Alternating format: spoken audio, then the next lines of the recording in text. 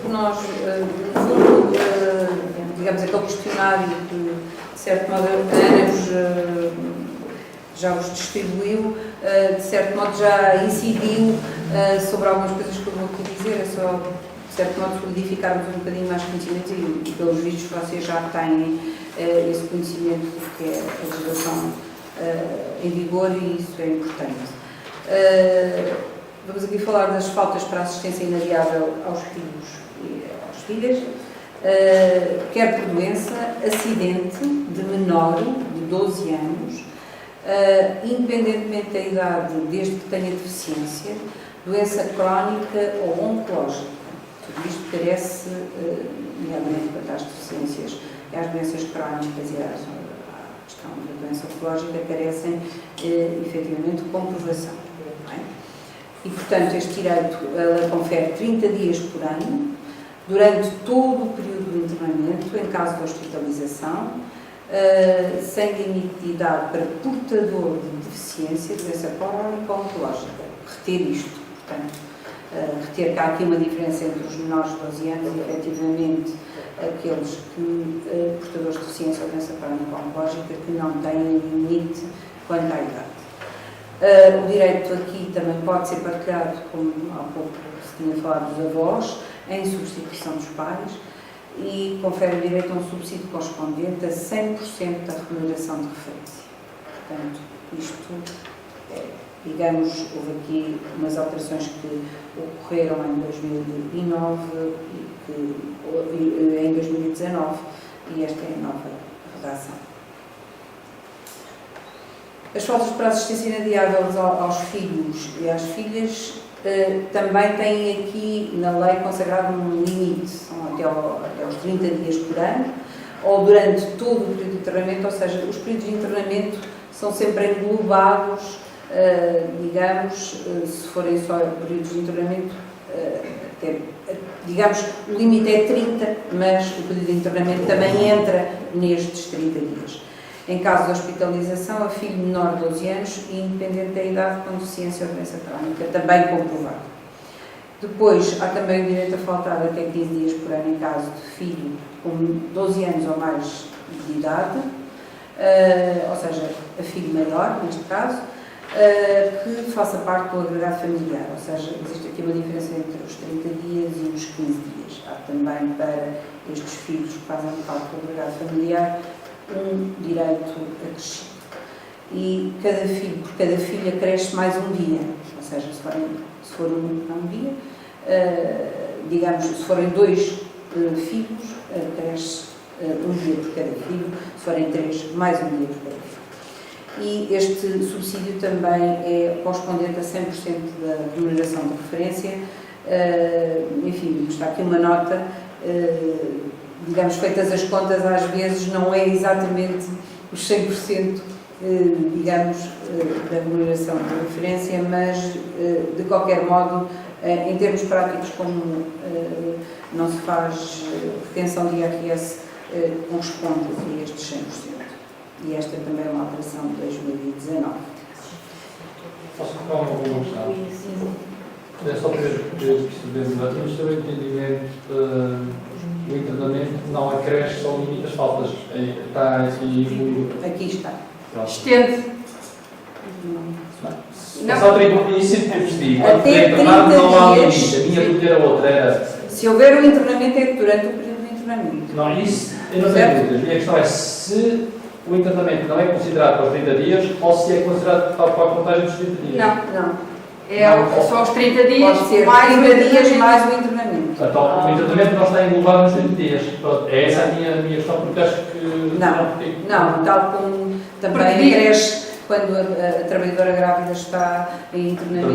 Não vai considerar porque diz a mesma linha. 30 dias ou durante todo o período de internamento. Ou... As faltas, só colocar uma questão, as faltas dadas dentro desses moldes, não é assim? São retribuídas a 100%, ou seja, não é, por exemplo, a entidade patronal não se vira, falta aqui as 2 horas que a Segurança Social que vai pagar as horas das faltas, não, eles é que pagam. O regime já não é igualdade e cena, não é exatamente. Não é igual. O regime não é igual, digamos, para o setor privado é a segurança social, mas não é o mesmo nas EPS, por exemplo, são as EPS que suportam, não é? No caso da segurança social, depois de faltar, a segurança social é que nos irá pagar. Sim, sim. Baixa para a assistência ao filho. E aqui no livro diz que é 65%, então isso já não está correto. Não, há outra. A Helena ainda vai falar. Não, mas aqui nestes dois últimos que falou, diz que é 100%. Mas na administração pública que é só 65%. E é. Então está Há correto. uma diferença. Ok, pronto. Na administração pública. Há uma diferença que não está ainda, digamos, nivelada. É uma situação que carece de regulamentação, mas não está. Porque existem dois diplomas diferentes, que é para a administração pública, que, digamos, gerem, digamos, a atribuição dos subsídios. Um para a administração pública e outro para o setor privado. E, efetivamente, eles não foram alterados em conformidade para fazer o nivelamento de um e outro. Desculpa lá, mas eu não sei onde que estava. Faltas para a assistência aos membros do agregado familiar. A assistência inadiável a membros do agregado familiar, portanto, isto no fundo, digamos, é um alargamento dos direitos à assistência a outros membros do agregado familiar. E, portanto, há o direito de faltar até 15 dias para prestar assistência inadiável em caso de doença, acidente a cônjuge, neste caso já não é para os filhos, ou a pessoa que vive em união de facto ou em economia comum, com o trabalhador, parente ou afim na linha reta ascendente, neste caso pai, mãe, sogros e avós, ou no segundo grau da linha colateral, irmãos e cunhados. Portanto, no caso da assistência a pais e sogros não é exigida a pertença ao mesmo agregado familiar, acresce ainda mais 15 dias em caso de assistência inadiável a pessoa com deficiência ou doença crónica, que seja cônjuge ou viva em união de facto com o trabalhador. Portanto, é um direito um bocadinho distinto, digamos, há aqui um direito a faltar, este direito não é retribuído, é um direito não remunerado, digamos, quer no setor privado, quer no setor público. Diga-me só uma coisa, você considera membro do agregado familiar viver na mesma casa, portanto, independentemente do IRS, o que tu tem é que ter a mesma casa. Não, aqui fala-se de economia comum, o que quer dizer que deve fazer parte, em princípio, em termos fiscais, deve fazer parte do agregado familiar, quando se fala de economia comum. Mas geralmente costuma funcionar bem, deixem-me só explicar, enfim, do que é a minha experiência de alguns anos. Costuma funcionar a declaração passada pela Junta de Freguesia. Qual é a composição do agregado familiar? Compensa mais do que fazer o IRS, porque os filhos, quando atingem a Sim, penalidade, às vezes fazem exatamente. E, portanto, a comprovação do agregado familiar pode ser feita através da declaração para a Junta e essa tem sido aceite. E eu acho que é por aí que nós vamos, porque as outras matérias no plano fiscal muitas vezes não são, digamos, benéficas, não é? E, portanto, essa parece-me ser uma justificação perfeitamente aceitável e tem sido. Infelizmente as pessoas cada vez usam, às vezes, menos os direitos, às vezes não os conhecem, outras vezes não os exercem. Então, e os trabalhadores com filhos ou filhas têm direito a voltar a tempo parcial ou com horário flexível? O que é isto do tempo parcial? O que é isto do horário flexível? Alguém conhece casos de pessoas... O meu marido está no horário flexível. Eu não, porque eu trabalho menos. Isso que eu levo só pouca é que tenho de sair mais cedo de casa. Também tem direito de sair, poder organizar o trabalho, já lá vamos. Portanto, isto é a resposta aqui é afirmativa. Os que têm filhos adotados ou menores de 12 anos de idade, ou a lei faz sempre esta distinção, independentemente da idade, as pessoas, os filhos com deficiência ou doença crónica, que com eles vivam outra vez sempre, tinham beleza e educação, portanto, comprovando que vivem que estão na sua dependência, para provar a necessidade, efetivamente têm direito a trabalhar a tempo parcial ou em horário flexível. Isto é uma norma geral. Na administração pública existe, inclusivamente, a chamada meia jornada, que corresponde a metade do período normal de trabalho e é remunerada na administração pública com 60% da retribuição. Ou seja, trabalha-se meio tempo e tem-se direito a 60% da retribuição. É uma regalia, às vezes há, digamos, diferenças entre a administração pública. Esta é, de facto, uma regalia para a administração pública, não existe no setor privado. Optando por qualquer um destes regimes, o trabalhador não pode ser penalizado em matéria de avaliação de desempenho ou progressão na carreira. É evidente que isto aplica-se mais à administração pública, à administração local e, portanto, onde há aquilo que se chama avaliação de desempenho, mas também se aplica ao setor privado, onde essa avaliação de desempenho efetivamente se faça, ou existam regulamentos internos ou mesmo instrumentos de regulamentação coletiva que estabeleçam progressões na carreira, certo? E, portanto, não pode haver qualquer prejuízo para os trabalhadores que peçam este regime de trabalho. Pode ser considerada uma discriminação. A tempo parcial, no setor privado, o que é que eu posso... Meia jornada. O que é que se entende? Meia jornada. Meia jornada. E a jornada contínua já não existe? Também existem os regimes previstos na Lei 35, a Lei de Contrato de Trabalho em Funções Públicas, prevêem estes regimes. Esses regimes são passíveis de ser solicitados pelos trabalhadores, certo? Sim. E eles podem recursar? Se tratar de um horário flexível solicitado ao abrigo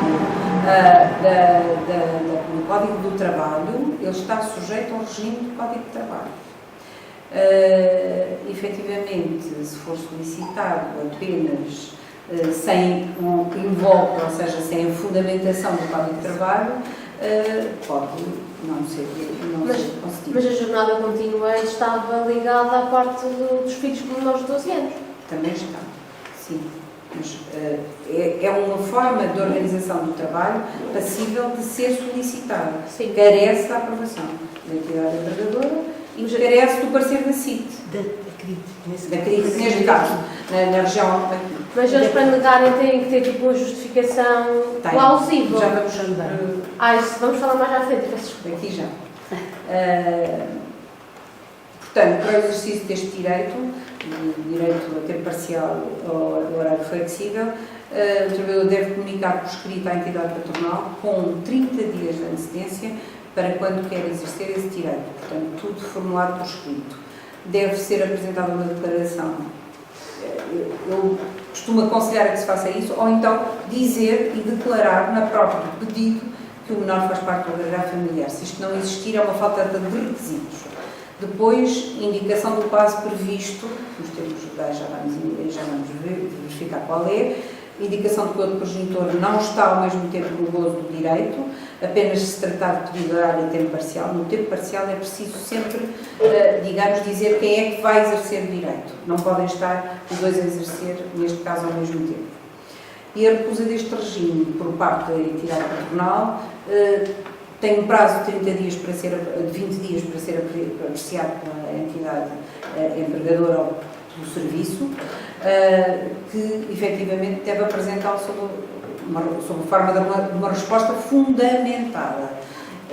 E depois o trabalhador tem 5 dias para poder, digamos, contrapor ou contradizer aquilo que está ali escrito. Ou seja, existe um direito ao contraditório no caso de o serviço vir dizer que não pode organizar, por isto, por aquilo ou por outro, e as pessoas têm muitas vezes razões para dizer não, isto não é verdadeiro, as pessoas conhecem o serviço e a forma como está organizado e devem, efetivamente, contrapor, ou seja, sempre que isto existe, na generalidade, porque os parceiros de flexibilidade de horário e de organização do trabalho carecem do parecer da CRIT, neste caso aqui da CRIT, nascida em Lisboa, pura e simplesmente isso ajuda à construção pelo parecer, que é feito por juristas, e aqui também é, portanto, da CRIT, e tem a nossa intervenção,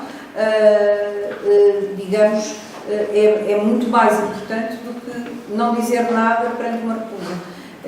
E eu quero só alertar para isto, porque muitas vezes as pessoas desconsideram este direito de resposta. Ele é muito estrito, porque são muito poucos dias, são 5 dias, mas nós aconselhamos, e estamos aqui a dizê-lo também nestas apresentações, deve ser pedido ao sindicato, se as pessoas não estiverem familiarizadas, então devem ser aconselhadas a ir ao sindicato para efetivamente o fazerem com a ajuda de alguém aqui que os possa apoiar, e estou a falar dos sindicatos em geral. E dizer que os prazos têm que ser sempre cumpridos, porque já estive em reuniões da CRIT em que o prazo, mesmo que fosse a favor do trabalhador ou até da entidade trabalhadora, mas como não cumpriu os prazos, perdeu a razão. Já agora, A lei diz exatamente que se não houver uma resposta nos prazos legais, se considera, ou seja, este é um caso muito específico em que a lei, confere o chamado deferimento. Se não forem cumpridos os prazos, existe um deferimento do pedido formulado. Aliás, o próximo... O Vítor queria falar. eu acho que era importante fazer referência a isso, até porque tem a ver com o nosso trabalho em relação à CRIT. Nós, nesta matéria específica, todos os requerimentos que têm sido apresentados têm sido a favor do trabalhador. Os únicos casos em que isso não aconteceu teve exatamente a ver com isso, que não foram apresentados adequadamente. Exato. Portanto, em todas as situações até agora que eu tenho conhecimento, portanto, tem sido sempre favorável ao trabalhador. Os 3 casos que eu tenho conhecimento têm a ver que ultrapassou os 5 dias, portanto, fez a contagem para 10 dias como se fosse um despedimento, e não era um despedimento, e, portanto, ultrapassou o prazo, e aí eles já não puderam fazer nada. Portanto, temos feito um trabalho a nível da CRIT que deve ser reconhecido. Por exemplo, eu sei que em relação aos sindicatos de área, por exemplo, os enfermeiros são um dos que recorrem mais a esta situação, nós temos conseguido sempre resultados possíveis. Mas a entidade são 20 dias. A entidade para responder ao pedido do trabalhador. Tem sido nesse caso que eles têm falhado.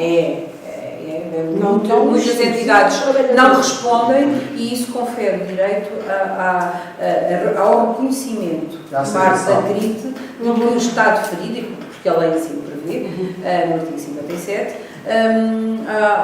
ao reconhecimento do direito. Portanto, há apenas aqui uma coisa que eu quero dizer. Na formulação dos horários, eles devem ser os previstos na lei respectiva, seja administração pública ou não, ou administração local e houver regulamentos, mas efetivamente deve-se ter muito cuidado com a forma como se formula.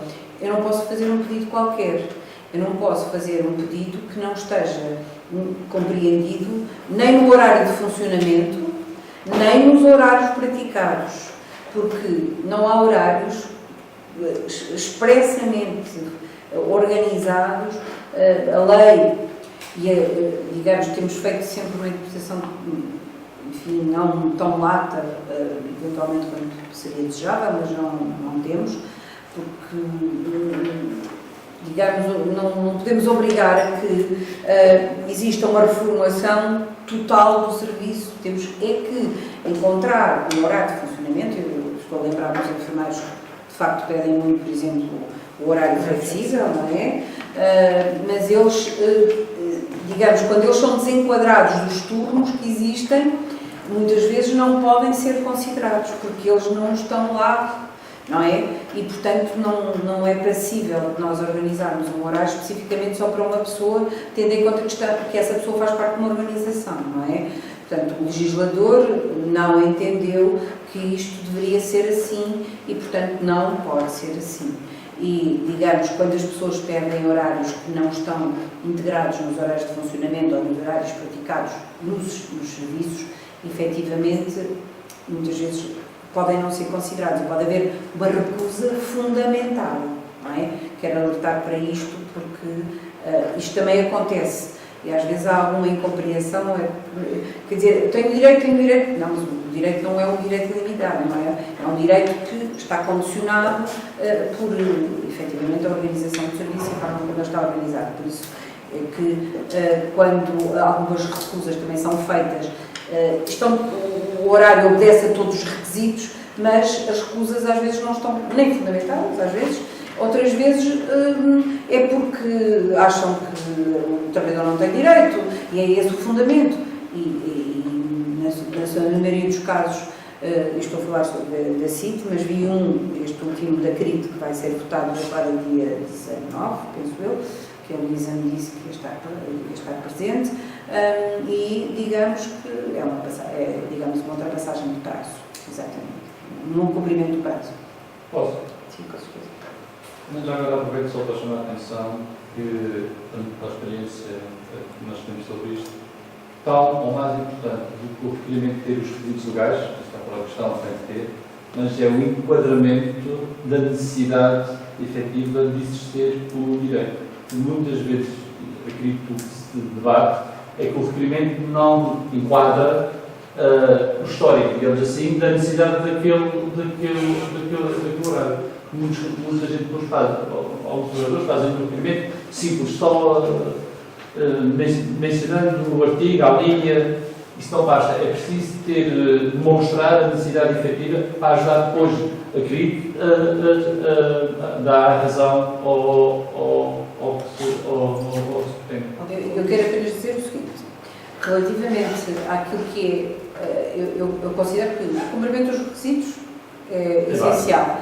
E depois este é um direito que existe para a proteção da parentalidade e para a conciliação. Dois direitos que estão e têm são normas de valor reforçado porque são normas constitucionais.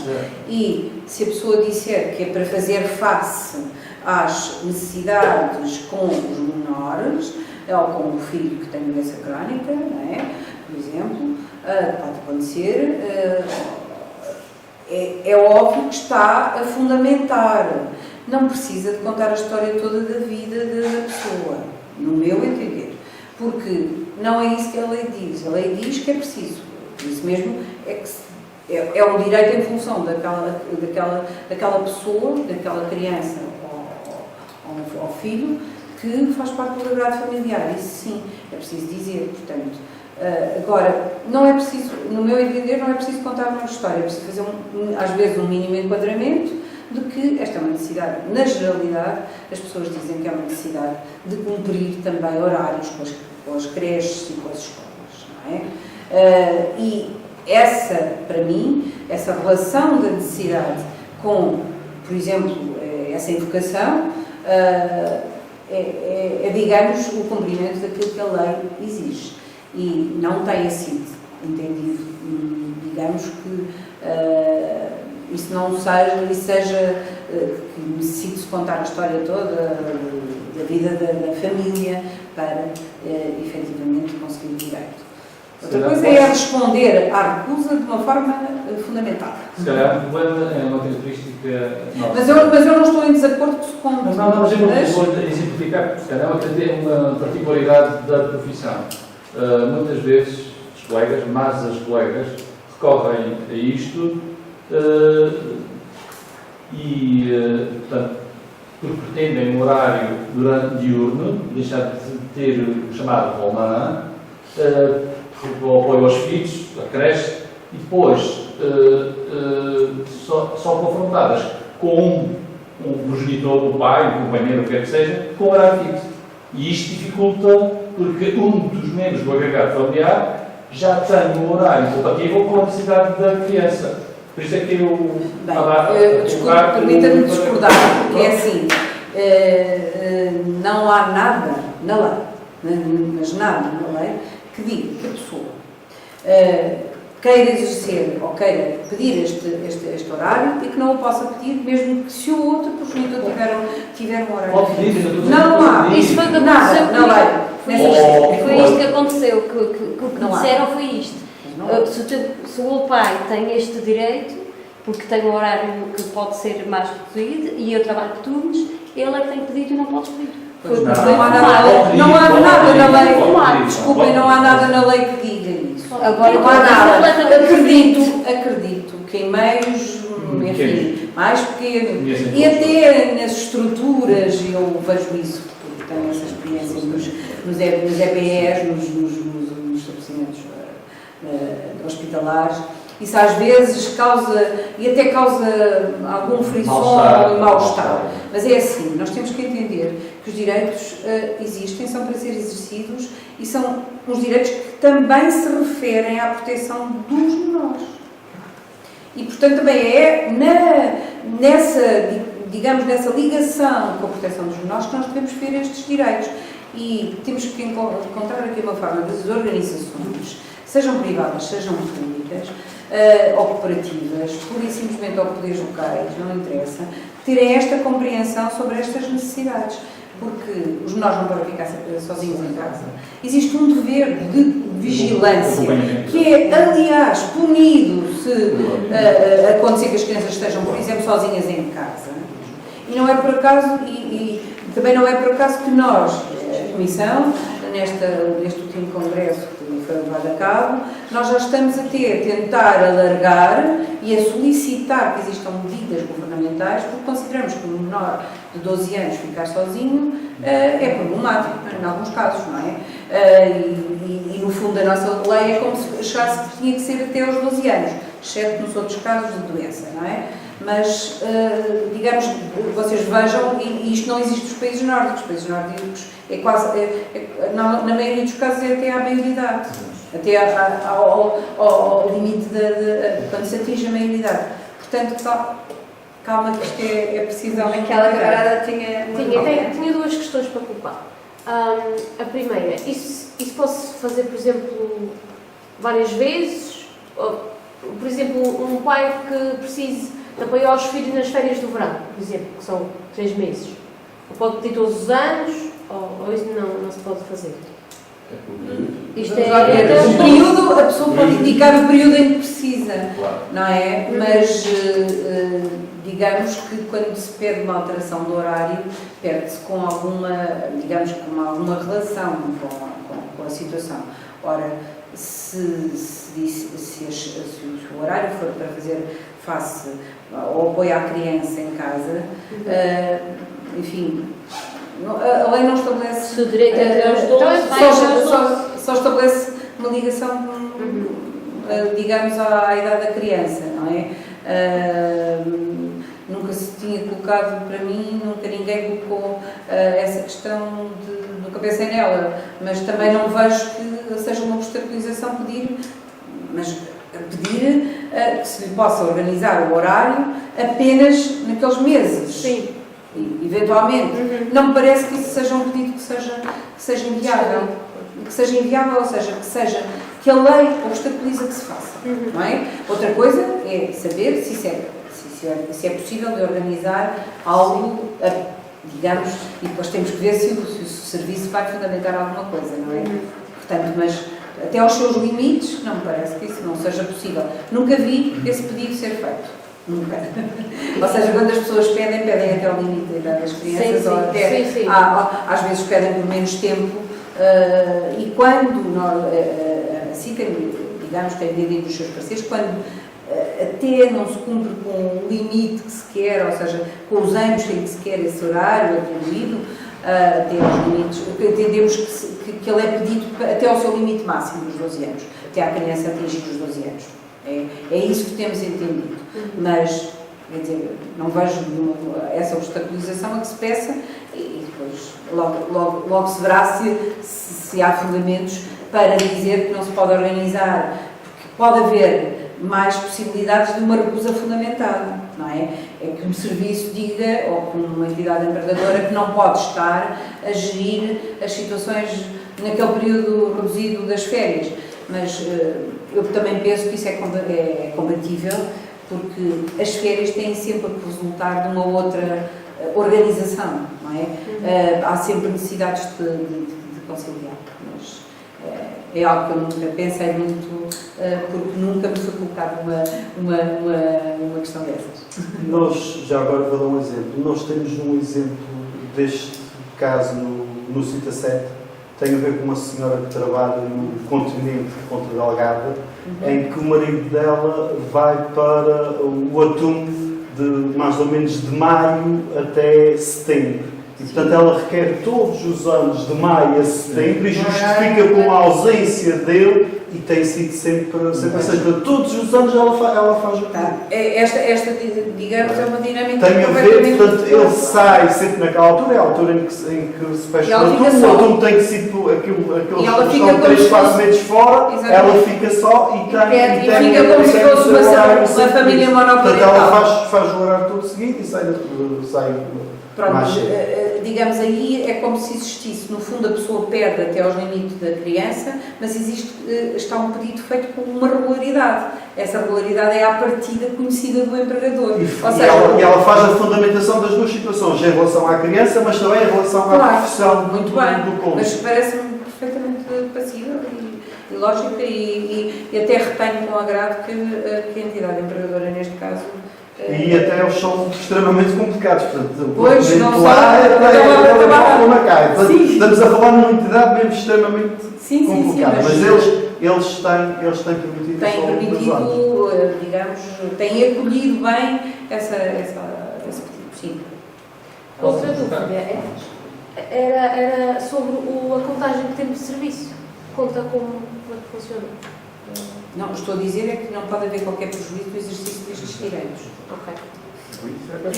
Porque tudo isto, se houver algum prejuízo, porque se começa a haver ou alguma anotação, porque muitas vezes há anotações que são feitas, ou mesmo algum mail que seja dado, a forma como digamos, há uma observação concreta, isso pode ser considerado discriminatório e pode ser objeto de queixa para a CRIT. Neste caso, para a CRIT atuar no sentido, ou da pessoa sentir que, às vezes até nas avaliações vem, como absentismo, e esse absentismo é ligado ao exercício deste direito, às vezes.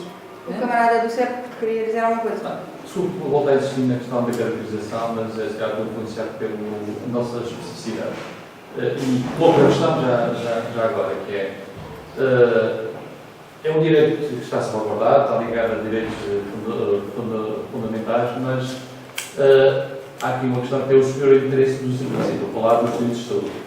E situações em que, por vezes, acontece que, não digo 50%, que é um exagero, mas um terço das trabalhadoras daquele serviço pretendem usufruir deste direito. E aí coloca-se a questão de como é que a gente resolve. Os serviços são pequenos, portanto, estamos a falar de serviços com a dimensão. Se for de um hospital, provavelmente consegue-se mobilizar e colocar estas pessoas por diversos serviços, mas nós temos ilhas com características muito particulares, onde efetivamente não é possível, ao mesmo tempo, conceder o direito a um terço das trabalhadoras ou dos trabalhadores. E coloca-se aqui a questão de ter que estabelecer critérios ou de prioridade ou de recusa, mas por isso é que muitas vezes a caracterização pode ajudar, não é imperativo, mas pode ajudar aqui, Claro. ou e tal, não há para ninguém. Eu estou completamente de acordo nisso, mas eu quero apenas dizer que tem que haver aqui alguma compreensão social destes direitos. E estes direitos, efetivamente, nós não podemos, nós temos que entender que as organizações têm que se organizar. Ou se alguém se organiza, ou porque existe uma baixa prolongada, ou porque existe o direito legítimo ao exercício do direito a férias, e as entidades e as organizações também se, digamos, estabelecem outras regras, porque não, digamos, tentar conjugar o melhor possível. E às vezes, eu admito perfeitamente que isto seja algo mais difícil, mas às vezes é a pessoa sentar-se e fazer um trabalho de como é que vai distribuir, como é que vai fazer para conciliar a situação. Eu estou deste lado, estou do lado dos direitos e confesso que acho que na maioria dos casos existe também esta incompreensão sobre as necessidades e a forma como os serviços às vezes não se sentam para serem todos, podem ter que ser todos a rodar, é verdade, pode ser que tenha que haver mais outra conversão, mas sentem-se. E às vezes há uma absoluta incompreensão e uma recusa total e absoluta. E às vezes, muito pouco bem fundamentado. E, portanto, eu considero que há uma obrigação de as pessoas se sentarem para organizar estes horários. Eu considero. Eu queria perguntar só mais uma coisa, se Sim, com possível. certeza. Voltar atrás um bocadinho naquilo que a senhora disse. Não sei se depois respondeu e não percebi. Se houver efetivamente essa penalização, esse prejuízo, nomeadamente nas avaliações, em que referiram que foi por causa do absentismo, não sei o que é que se pode fazer? Tem que se reclamar. Mas para a CRIT ou... Tem que se para já reclamar para o serviço. Sim. Reclamar para o serviço, para o superior hierárquico, quem aplicou, quem fez a avaliação, porque isso pode ter que seguir o tratamento de tramitação a nível das reclamações próprias, não é? Das avaliações. E procurar ajuda no sindicato. Por outro lado, expor o caso à CRIT, Então pode-se quem é o responsável, o sindicato pode, digamos, fazer esse pedido ou através da nossa representante ou efetivamente fazê-lo diretamente para a Comissão. Então, num caso desses, pode-se recorrer à CRIT?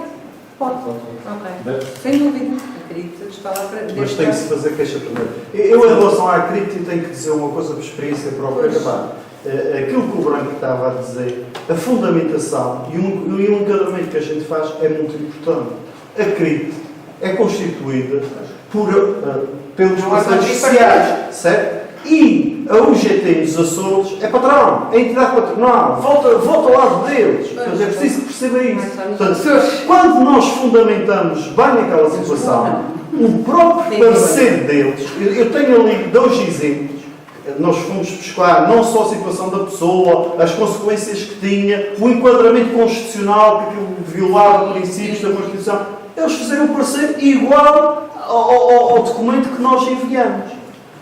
Quando não se faz assim e vai só que é a pessoa que faz individualmente e não sei o quê, às vezes torna-se complicado. Porque quem estava a fazer os pareceres da CRI era o advogado da Câmara de Comércio e Indústria dos Açores. Portanto, a gente tem que perceber onde é que estamos e o enquadramento que damos às coisas daí. Essa fundamentação também é importante. Quando vai bem tecnicamente daqui, de lá vem sempre bem tecnicamente também. Sim. Não, mas um bom pedido, a formulação de um bom pedido é quase uma certa garantia de que existe um parecer também positivo. Isso é um facto. Plenamente de acordo. Não sei se... ganhei um pedido, senhor. Eu preciso sair às 16 horas. Pois, então vamos continuar, Helena. Mas também tenho um pedido. Me dê as suas fichas preenchidas e eu... Dou-lhe esta Deixa ficha só dizer que a lei estabelece para o trabalho noturno de trabalhadora grávida a dispensa, a figura da dispensa, 112 dias entre as 20 e as 7 horas do dia seguinte, antes e depois do parto, pelo menos metade, antes da data presumível do parto. Esta dispensa também pode ser concedida durante a amamentação, se for necessário para a saúde da trabalhadora ou para o nascituro, mas também esta dispensa carece de avaliação médica e deve ser feita e comunicada à entidade patronal com 10 dias, digamos, de comunicação do gozo do direito. Só é necessária a apresentação de atestado médico após o período dos 112 dias, porque os 112 dias decorrem da lei, não é? Ou enquanto durar a amamentação. Em relação ao trabalho suplementar, há pouco falámos sobre isto, e digamos isso já está aflorado naquele exercício, nem as trabalhadoras grávidas, nem os trabalhadores com filhos menores de 12 anos estão obrigados a prestar trabalho suplementar. Portanto, podem comunicar ao serviço que não o prestam por esse motivo. A trabalhadora que amamenta também não é obrigada a prestar trabalho suplementar enquanto durar a amamentação, se este for prejudicial para si e para a criança. Por isso, isto carece de caracterização médica. Ou seja, o médico tem que dizer que há prejuízo para o exercício, ou seja, para o exercício do seu direito à amamentação, do trabalho, digamos, da prestação de trabalho suplementar. Portanto, não pode ser descarrado disso.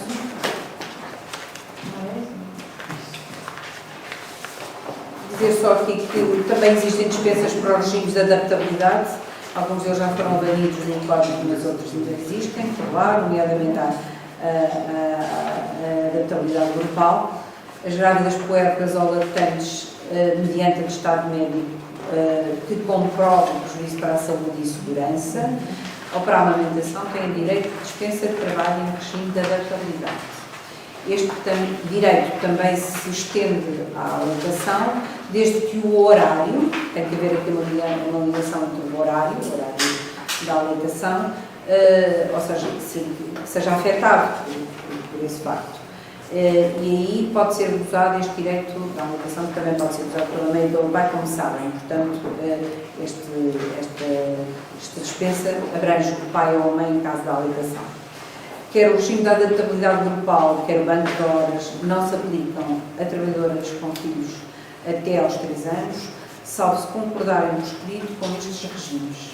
Portanto, é isto que a lei consagra e, digamos, também foi uma alteração proveniente muito batida na Assembleia.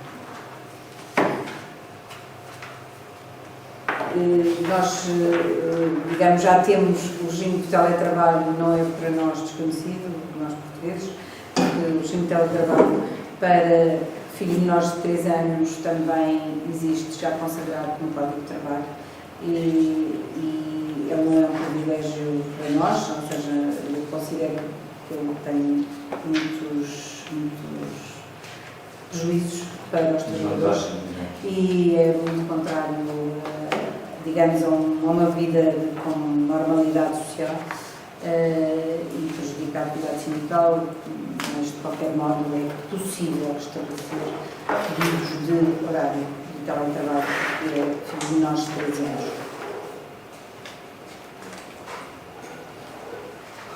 Depois dizer-vos que a lei também confere uma proteção especial às trabalhadoras grávidas em caso de despedimento individual ou coletivo e em caso de trabalhadora que seja puérpera, não pode ser 12 dias a seguir ao parto, ou lactante, ou mesmo de trabalhadora em gozo de licença parental no regime das partilhas, não é?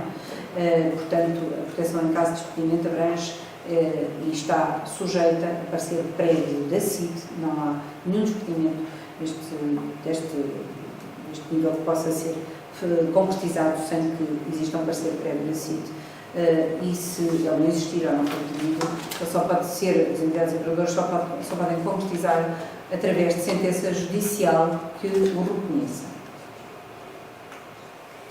Depois dizer também que a denúncia do contrato em período experimental de trabalhadoras grávidas, puérperas ou lactantes ou de trabalhadora em gozo de licença parental também, digamos, confere à entidade patronal uma obrigação de envio para a CIT, para a CRIT também. Digamos, é apenas uma comunicação. Ela, infelizmente, digamos, não tem sido muitas vezes controlada um bocadinho pelos sindicatos, mas e nem pela própria CIT. Existe muita falta de cumprimento deste direito, deste dever, mas este é um dever que existe e os sindicatos podem reivindicá-lo até para combaterem algumas denúncias de contratos em período experimental. Sem falta. Na não renovação do contrato a termo, existe uma obrigação das entidades empregadoras de enviar para a CIT por prazo de 5 dias, desde o momento em que é comunicado em aviso prévio à caducidade, do motivo da não renovação dos contratos de trabalho. Isto para quê? Para se poder verificar que existe uma fundamentação para o contrato e também uma fundamentação para a caducidade ou a não renovação.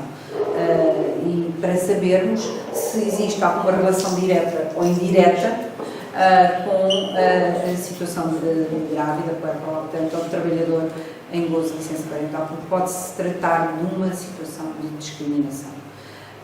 Isto sim, a não comunicação à CIT da não renovação do contrato constitui uma contravenção muito grave que pode ser comunicada à inspeção, que é a inspeção regional, e para nós à Inspeção Geral do Trabalho, à ACT.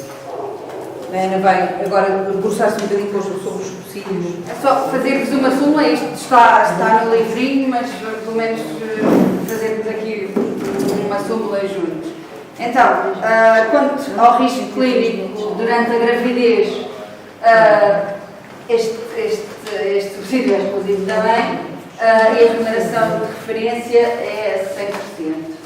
A deslocação à unidade hospitalar fora da ilha de residência para a realização do parto, pronto, parto ainda é exclusivo também, também 100%.